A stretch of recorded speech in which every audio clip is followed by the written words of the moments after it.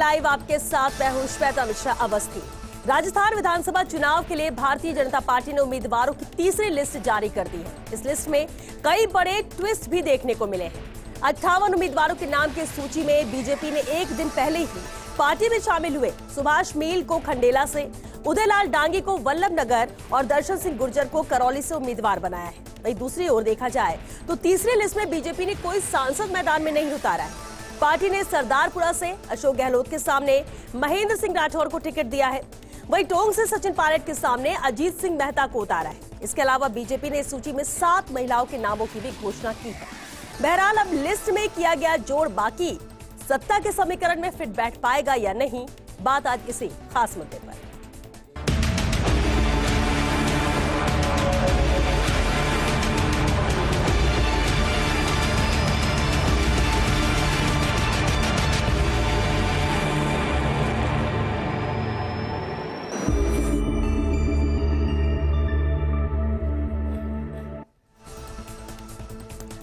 और चलिए इस खास मुद्दे पर चर्चा के लिए खास मेहमान हमारे साथ जुड़ चुके हैं। सबसे पहले उनसे रूबरू करा दे आपको। हमारे साथ हैं कांग्रेस प्रवक्ता अरुण शर्मा जी, बीजेपी प्रवक्ता अमित गोयल जी, आप प्रवक्ता देवेंद्र यादव जी भी चर्चा में शामिल और साथ ही राजनीतिक विश्लेषक एसपी मित्तल जी भी हैं। बहुत स्वागत है आप सभी का बिग फाइट लाइव में। अमित जी, आपसे शुरुआत करते हैं। बीजेपी की तीसरी सूची 58 नामों के साथ सामने आ चुकी है। 18 नामों का इंतजार, यानी कुल 182 सीटों की तस्वीर साफ हो चुकी है।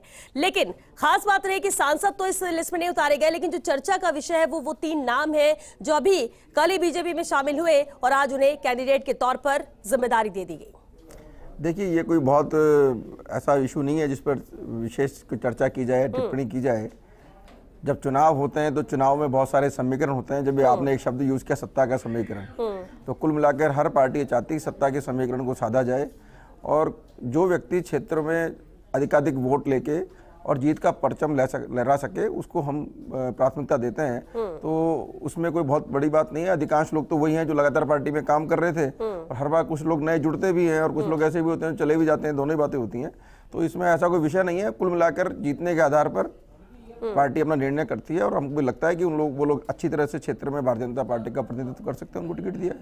लेकिन कुछ अहम सीटें उसका भी इंतजार है। 18 सीटें जो अभी रह गई हैं, हालांकि सीसी की बैठक तो हो चुकी है, कब तक सूची आ जाएगी और क्या वाकई में 18 नामों पर क्या अभी मंथन की जरूरत तो और नहीं है? देखिए निश्चित रूप से मान के चलिए लगभग मैं समझता हूँ सभी तरह के मंथन हो चुके होंगे और कुछ अगर सीटों पर बाकी है तो कुछ ऐसी बातें होंगी जिनको लेकर पार्टी और कुछ जानकारी उपलब्ध करने की इच्छा होगी पार्टी की और कुछ जानकारी जुटाई होगी पार्टी। तो निश्चित रूप से बहुत लंबा समय नहीं है, 1-2 दिन में मैं समझता हूँ सारी पिक्चर क्लियर हो जाएगी। तो ये अब तो ज़्यादा समय बचा नहीं है।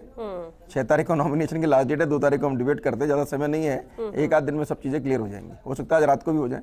चलिए उम्मीद यही करते हैं कि कहीं ऐसा ना हो कि 6 तारीख तक भी सूची आती रहे। फिर बीजेपी में कांग्रेस का भी यही हाल है। कांग्रेस के भी 44 नाम है जो बाकी है। 156 नाम जारी हो चुके हैं, लिस्ट जारी हो चुकी है। अरुण शर्मा जी हमारे साथ लगातार बने हुए। अरुण जी, बेहद है। देखिए अब बीजेपी की तो 58 नामों की सूची सामने आ चुकी है। आप लोग बार बार कहते हैं जब पहली सूची आई थी कि सांसदों को उतारा गया, अब इनके पास कैंडिडेट नहीं है इसलिए सांसद को मैदान में उतारा जा रहा है विधानसभा चुनाव के। इस लिस्ट में तो कोई सांसद नहीं है, 7 महिलाओं को मौका दिया गया है। 3 ऐसे चेहरे हैं जो कि कल ही बीजेपी में शामिल हुए, आज उनको टिकट भी दे दी गई है। लेकिन खास बात है कि टोंक और सरदारपुरा जहां पर मुख्यमंत्री अशोक गहलोत हैं, सचिन पायलट हैं, उनके सामने भी कैंडिडेट अनाउंस कर दिए गए। इन 58 नामों को लेकर कांग्रेस क्या सोचती है, कैसे देखती है इस लिस्ट को? देखिए श्वेता, आज ये इनकी लिस्ट भी आ गई है, तीसरी लिस्ट, और 18 के अलावा इन्होंने अब सब जगह कैंडिडेट अनाउंस कर दिए हैं। रही बात आपका जो सवाल कि इनने इस बार सांसद नहीं उतारे हैं, देखिए जो पहली लिस्ट में 7 सांसद उतारे थे वो एक्चुअली जो केंद्रीय नेतृत्व है बीजेपी का, उसका टोटल नो कॉन्फिडेंस मोशन था लोकल भारतीय जनता पार्टी राजस्थान के ऊपर। वो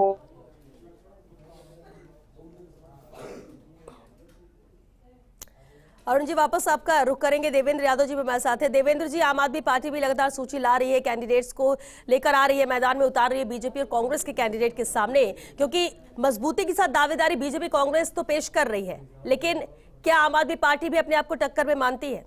कितनी कैंडिडेट अभी और बाकी जिन पर मंथन जारी है आप लोगों के यहाँ? जल्दी एक लिस्ट हमारी और अभी आएगी, बड़ी एक लिस्ट आएगी जो कि देखिए राजस्थान की जनता बदलाव चाहती है। आम आदमी पार्टी को इस बार राजस्थान की जनता का समर्थन मिला, जनता हमको चुनाव लड़वा रही है। हमारे पास भारतीय जनता पार्टी कांग्रेस की तरह संसाधन नहीं है, लेकिन हम जनता के सहारे और अपने अरविंद केजरीवाल जी के ईमानदार चेहरे के साथ में जनता के बीच में जा रहे हैं। जनता का अच्छा समर्थन मिल रहा है और हमने जनता को परिवर्तन लाने वाले कैंडिडेट्स दिए, पढ़े लिखे उम्मीदवार हमने मैदान में उतारे हैं। भारतीय जनता पार्टी जो दुनिया की खुद को सबसे बड़ी पार्टी बताती है, वो एक दिन पहले आए हुए लोगों को अपना यहाँ पे आज उम्मीदवार बना करके बता रही कि इनके पास इस बार अपने खुद के कार्यकर्ता चुनाव लड़ने लायक भी नहीं बचे हैं। तो ये बताती है कि कितनी ताकत है इनकी।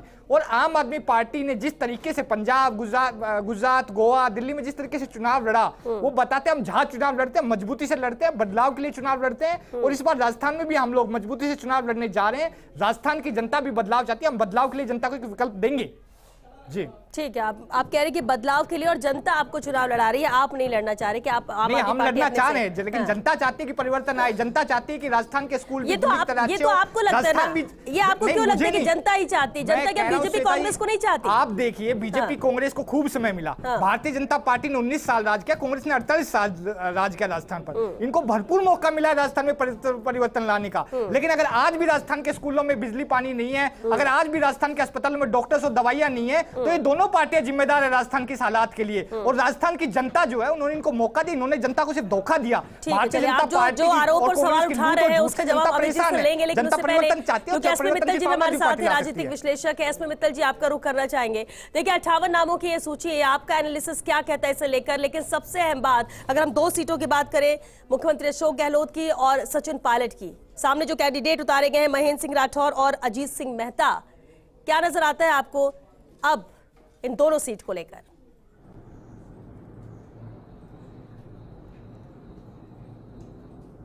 तो देखिए आज की लिस्ट से जो भारतीय जनता पार्टी की लिस्ट जारी हुई है उससे एक बात तो साफ हो गई है कि जो केंद्रीय मंत्री गजेंद्र सिंह जी थे उनके बारे में कहा जा रहा था कि वो अशोक गहलोत के सामने चुनाव लड़ेंगे, तो मुझे लगता है वो स्थिति साफ हो गई है, वहां पर क्या नाम से उम्मीदवार घोषित कर दिया गया है। ऐसे ही हम टॉप में देखे सचिन पायलट के सामने कहा जा रहा था कि किसी मुस्लिम को चुनाव लड़ेंगे। आपको ध्यान हो तो 2018 के अंदर यूनुस खान को क्या नाम से मुस्लिम उम्मीदवार के रूप में वहां उतारा गया था, लेकिन वो भी आज स्थिति साफ हो गई है कि वहां किसी मुस्लिम को उम्मीदवार नहीं उतारेंगे। और जो सबसे महत्वपूर्ण है, 182 जो आज उम्मीदवारों की सूची अब तक जारी हो चुकी है उसमें एक भी मुसलमान नहीं है। जो यूनुस खान थे उन्होंने डीडवाना से उम्मीदवार दावेदारी जताई थी, लेकिन वहां भी क्या नाम से उम्मीदवार घोषित कर दिया गया। तो अब क्या नाम से भारतीय जनता पार्टी की लिस्ट के अंदर मुझे लगता है कि कोई भी क्या नाम से जो मुस्लिम उम्मीदवार है वो नहीं होगा। उन्होंने बहुत साफ साफ स्पष्ट कर दिया है। हमने देखा है क्या नाम से जो धर्मगुरु है अब तक क्या नाम से 4-5 जो धर्मगुरु आज ही हवा महल से जिनको घोषित किया, बिल्कुल मेरा यही सवाल था कि उनको हवा महल से खड़े करना ये कैसी स्ट्रैटेजी आपको लगती है मित्तल जी? बाल मुकुंदाचार्य को हवा महल से बीजेपी का कैंडिडेट सिलेक्ट करना, ये क्या स्ट्रैटेजी?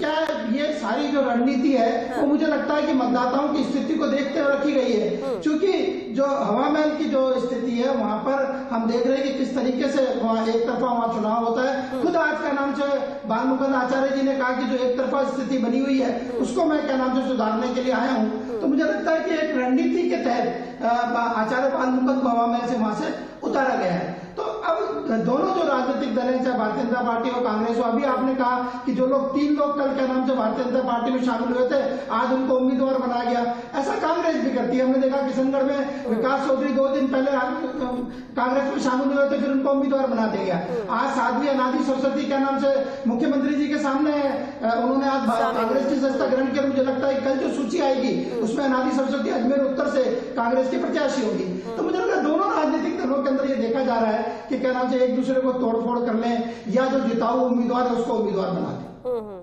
चलिए ठीक है, अरुण शर्मा जी भी लगातार हमारे साथ। अरुण जी अपनी बात पूरी कीजिए क्योंकि उस वक्त कनेक्शन ब्रेक हो गया था। जी हाँ, देखिए मैं आपको कह रहा था कि जो पहली सूची थी उसमें 7 सांसद उतारे गए थे और उसका जो रिएक्शन रेस्पॉन्स राजस्थान में भारतीय जनता पार्टी में हुआ उसमें 440 वोल्ट का शॉक लगा हाईकमांड को और उसी तरीके से संशोधन किए गए दूसरी तीसरी लिस्ट में, वो साफ जाहिर है। देखिए ये जो पूरी लिस्ट आ गई है अब लगभग 18 नाम छोड़ के, उसमें जो राजस्थान का चुनाव है उसकी लाइनें बिल्कुल तय हो गई हैं श्वेता। देखिए ईडी के सम्मन्स आ गए हैं, प्रदेश अध्यक्ष के लड़कों के नाम, मुख्यमंत्री के लड़के के नाम, और छापे पड़ चुके हैं। तो वो जो ये लाइन पूरी हो गई, उसके बाद 4-5 महंत लोग जो कि भगवान के पुजारी हैं, समाज को मार्ग दिखाते हैं कैसे धर्म का पालन करना है, वो अब इनकी सूचियों में शामिल हैं। और कल उत्तर प्रदेश के चीफ मिनिस्टर योगी आदित्यनाथ लगभग इशारा कर गए हैं कि जो आखिरी हथियार बचता है इनका हारने से पहले, हमने कर्नाटका में भी देखा, हिमाचल में भी देखा, ये अब वो ध्रुवीकरण की राजनीति पे आए हैं। लेकिन राजस्थान ऐतिहासिक तौर पे भाईचारा, सद्भावना और एकजुटता का प्रदेश रहा है, और इनकी ये जो भी कार्यप्रणाली है, जो करना चाह रहे हैं, और जो कि अब बहुत उजागर है, पूरा देश जानता है पूरी मेथोडोलॉजी, ईडी, सीबीआई और ठीक है अरुण जी, आप कह रहे हैं आखिरी हथियार। आपको ऐसा लगता है कि बीजेपी नहीं जीत रही? बीजेपी तो ये कह रही है कि हम जिस तरह से तैयारी कर रहे हो, जिस तरह से 5 साल का कांग्रेस का कार्यकाल रहा है, इसलिए जनता मौका बीजेपी को इस बार देने वाली। लेकिन अमित जी, आखिरी हथियार ये होता है ध्रुवीकरण करना, हिंदुत्व को लेकर, या जिस तरह से धर्मगुरुओं को टिकट दिया गया, उस पर ये सवाल उठा रहे हैं अरुण जी। देखिए, जहां तक, पहले मैं ईडी से शुरू करता हूं। जब तक इन्होंने ईडी पे सवाल उठाया है तो बता देता हूं कि चोर की दाढ़ी में तिनका होता है। ईडी ने सम्मन दिया है तो सम्मन का सामना करना चाहिए। अगर आप ईमानदार, पाक साफ हैं तो निकल जाएंगे, और चोर हैं तो पकड़े जाएंगे। इसमें कोई बड़ी बात नहीं है। कोई ईडी का कन्विक्शन रेट 96% तक है। दूसरी बात मैं कह रहा हूं कि आप ये बताइए कि 8 मंत्रियों को टिकट नहीं मिला है कांग्रेस पार्टी में अभी तक। पहली बात, 3 मंत्रियों ने तो चुनाव में टिकट लड़ने से ही मना कर दिया है। आपके हेमाराम चौधरी ने मना कर दिया है, आपके लालचंद कटारिया ने मना कर दिया है, कुंदनपुर ने मना कर दिया है। नहीं, वो लड़ने से मना कर दिया। कांग्रेस डूबता हुआ जहाज है, डूबते हुए जहाज की सवारी कोई नहीं करना चाहता है। अब इन्होंने जो बात की कि भाजपा का चुनावी एजेंडा सेट हो गया है, तो आप मुझे बता दीजिए, आपने कहा भाई और चारा, तो भाई कौन है ये तुम्हें पता है? आपका, आप किसको अपना भाई मानते हैं ये पूरे देश को पता है, और चारा आप किसको मानते हैं ये भी पूरे देश को पता है। जयपुर में रोड रेज की घटना में भी आपने एक सामान्य मामूली दुर्घटना में, तू में, हाथापाई में, मारपीट में कोई आदमी मर गया, बहुत दुखद है। 51 लाख रुपए दिए, और जयपुर के अंदर एक मनु वैष्णव, एक गरीब आदमी, अपना हॉकर, जो अपने 125 रुपये लेने किसी के पास में गया था, और उस 125 रुपये दिए नहीं, सामने उसको गला काट के उसकी हत्या कर दी। उसको 51 रुपये भी दिए कि आपकी सरकार ने? मुझे बताइए। आप लोग धर्म के आधार पर भेदभावपूर्ण सत्ता चलाते हैं। जब दंगे हुए करौली के अंदर, या दंगे हुए 12 छबड़ा में, 12 छबड़ा दंगे का आरोपी तो मुख्यमंत्री जी के साथ में रोजा इफ्तार पार्टी में था, और जो करौली दंगे का आरोपी था वो फरार रहा, आपका पार्षद था। अरुण जी, तो मेरा कहने का मतलब यह है कि ये जो धर्म के आधार पर राजनीति करते हो ना, ये आप लोग करते हो। अरे आप लोगों ने तो देश की नाक कटवाने में कसर नहीं छोड़ी है। आप ये देखिए कि हमास ने इजराइल में जाकर कितने बर्बरतापूर्ण तरीके से महिलाओं को मारा, बच्चों को मारा। एक गर्भवती स्त्री का पेट चीर के उसका बच्चा निकाल लिया, और आपके सोनिया गांधी जी और सीबीसी के मुंह से एक शब्द इजराइल के निर्दोष लोगों के लिए नहीं निकला। आपने हमास की निंदा नहीं करी, आपने फिलिस्तीन का समर्थन की बात तो की, लेकिन आपने इजराइल के बारे में कुछ नहीं कहा। अरे फिलिस्तीन के बारे में तो कहने की आवश्यकता नहीं है। हम भी कहते हैं कि भाई इजराइल अपना काम करे, फिलिस्तीन अपना काम करे, लेकिन आपने कहा कि इजराइल बदला ले रहा है। आपको उन बच्चों की चीखें सुनाई नहीं दी? आपको तो राजस्थान की 35,000 महिलाओं की चीखें सुनाई। 1 मिनट बता रहा हूं, 1 मिनट श्वेता, ये मैं 5 सेकंड उठ जाता हूं। अरुण जी, एक 1303 में एक आक्रांता देश में आया था, उसका नाम था अलाउद्दीन खिलजी। उसके समय पर चित्तौड़गढ़ में हजारों स्त्रियों का जौहर हुआ, लेकिन पिछले 5 साल में राजस्थान में 35,000 महिलाएं जली हैं दुष्कर्म और बलात्कार के अंदर। आपके मुख्यमंत्री इस समय के नए अलाउद्दीन खिलजी हैं। 35,000 महिलाओं को जलाया उन्होंने आग में, शर्म की आग के अंदर। उसका जवाब आपको देना चाहिए। अरुण जी, इसका जवाब जवाब सुनेंगे तो मैं दे दूंगा। श्वेता, देख लिया आपने, जहां भाईचारा शब्द से एलर्जी हो, आपने सुन ही लिया, भाईचारा को नए तरीके से डिफाइन किया इन्होंने। देखिए, ये भारतीय जनता पार्टी अगले 25 दिन में आप देखेंगे बिल्कुल नकारात्मक एक दुष्प्रचार करेंगी, झूठा। इन्होंने एग्जाम्पल दिया कि यहाँ पर किसी को पीट पीट के मार दिया गया तो 50 लाख रुपए दिए। पीट कर नहीं मारा, फिर भाई फिर यही समस्या है आपके लोगों के साथ में। अरे मैं कह रहा हूँ 2 मोटरसाइकिल भिड़ी, आपस में मारपीट हो गई, झगड़ा हो गया, 51 लाख रुपए दे दिए आपने। मैं कह रहा हूँ मनु वैष्णव के परिवार को 51 रुपए भी दिए क्या आपने, मुझे बताइए। राजस्थान में 7,500 हत्या, कितने लोगों को 51 लाख रुपए दिए आपने, मुझे बताइए। आप लोग धर्म के आधार पर ये तय करेंगे। अमित जी उन्हें बोलने दीजिए, अमित जी सुनिए, उन्हें भी सुनिए। जोधपुर में जो घटना हुई थी जिसमें एक टेलर का गला काट दिया गया था, उदयपुर में अपराधी राजस्थान पुलिस ने पकड़े। राजस्थान पुलिस को श्वेता जी पहले से सूचना दी उसको कि मेरे को धमकी मिल रही है, मेरी हत्या हो सकती है। राजस्थान ठीक है, देखिए ऐसे 5 साल में बहुत सारे मामले, देखिए उस पर भी बात करेंगे अभी नहीं, क्योंकि बात खत्म हो रहा है, मुद्दे पे रहते हैं। देखिए ऐसे बहुत सारे 5 साल में अगर ऐसे निकालने जाएंगे तो बहुत सारी ऐसी चीजें निकल कर आएंगी। ठीक है, ठीक है, झूठ के अलावा कुछ नहीं है, लूट और झूठ की सरकार रहती है राजस्थान में 5 साल से। एसपी मित्तल जी देखिए कैंडिडेट तो यहाँ पर अनाउंस कर रहे हैं, लिस्ट यहाँ पर सामने आ रही है। बीजेपी की में आगे तीसरी लिस्ट और छठी लिस्ट, अब कांग्रेस की भी आ जाएगी, उम्मीद करते हैं कल तक आ जाएगी। 40 नाम अभी बाकी है।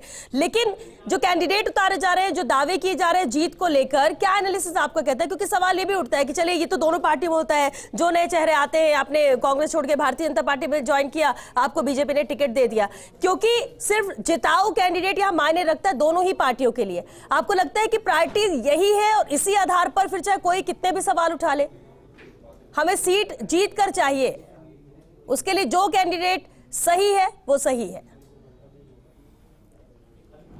हाँ श्वेता आप बिल्कुल सही कह रही हैं कि दोनों पार्टियों ने इस बात का ख्याल रखा है कि हमको जिताऊ उम्मीदवार चाहिए। चाहे वो कांग्रेस को यदि भाजपा का उम्मीदवार मिलता है तो वो उसको बनाने को तैयार है, और भाजपा को यदि कांग्रेस का नेता मिलता है तो वो उसको उम्मीदवार बनाने को तैयार है। और साथ ही ये जो लिस्टें जारी हो रही हैं, इसमें एक जो खास बात तो ये है कि वो जातिगत आधार पर बहुत ध्यान रखा गया। जाति का उम्मीदवार होना चाहिए, चाहे वो कोई सी भी पार्टी का हो, उसकी प्राथमिकता किस इलाके में कितने मतदाता किस जाति के हैं, उन उम्मीदवारों के चयन में इस बात को भी ध्यान रखा गया। हम यदि किशनगढ़ का भी उदाहरण लें तो हम देखते हैं चूंकि वो जाट बहुल्य विधानसभा क्षेत्र है, तो इसलिए भारतीय जनता पार्टी ने जाट को उतारा। तो कांग्रेस के पास में चूंकि जाट ढंग का उम्मीदवार नहीं था तो उन्होंने भारतीय जनता पार्टी से लेकर क्या नाम से जाट उम्मीदवार उतारा। तो ये दोनों राजनीतिक पार्टियां करती हैं। लेकिन एक भी मुस्लिम कैंडिडेट ना होना, ये मैसेज क्या जाता है मित्तल जी? एक भी मुस्लिम कैंडिडेट ना होना, ये मैसेज क्या जाता है? पूरी तरह कट गया है और वह लालाराम बैरवा को क्या नाम से भारतीय जनता पार्टी ने अपना उम्मीदवार बना दिया है।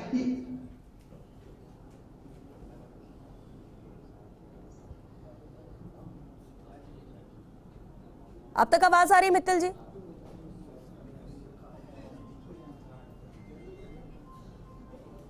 हाँ अब आइए हाँ। बिल्कुल, एक भी मुस्लिम कैंडिडेट का ना होना, ये क्या मैसेज जाता है? क्या ये नेगेटिव जाएगा या ये क्लियर है? क्योंकि पिछली बार भी ऐसा ही देखने को मिला। तो फिर वो जो वोटर्स हैं, क्या उनका भी माइंडसेट है अलग?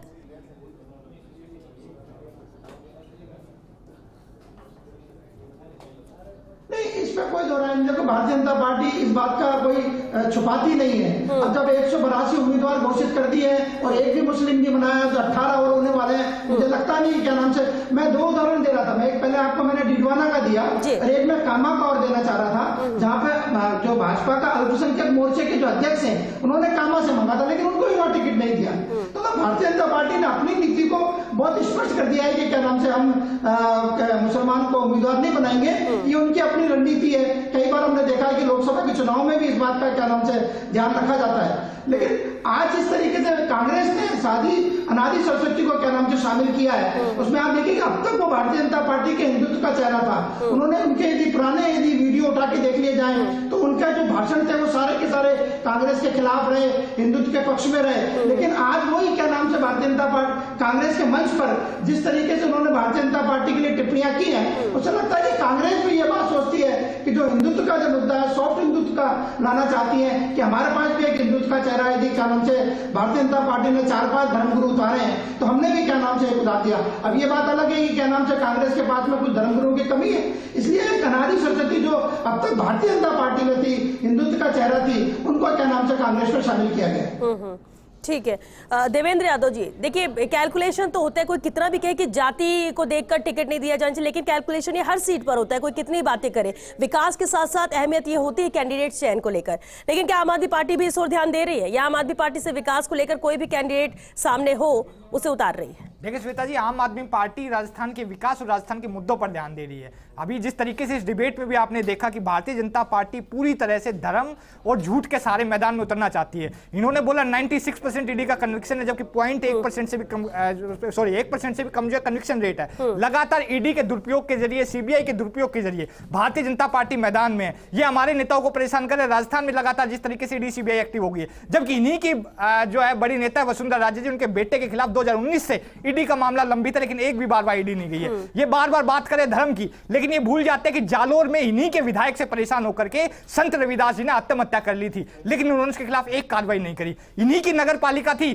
जिसने अलवर में मंदिर तुड़वा दिया था 300 साल पुराना, लेकिन उन्होंने कोई कार्रवाई नहीं करी। ये लोग सिर्फ धर्म का सहारा लेकर के वोट बटोरना चाहते हैं। ना ये लोग धर्म के सगे हैं, ना राजस्थान की जनता के सगे हैं। झूठ और लूट बचाने के लिए भारतीय जनता पार्टी मैदान में आई है। हम इसका कड़ा जवाब देंगे। ठीक है, चलिए, क्योंकि वक्त खत्म हो गया। बहुत शुक्रिया आप सभी का इस चर्चा में शामिल होने के लिए।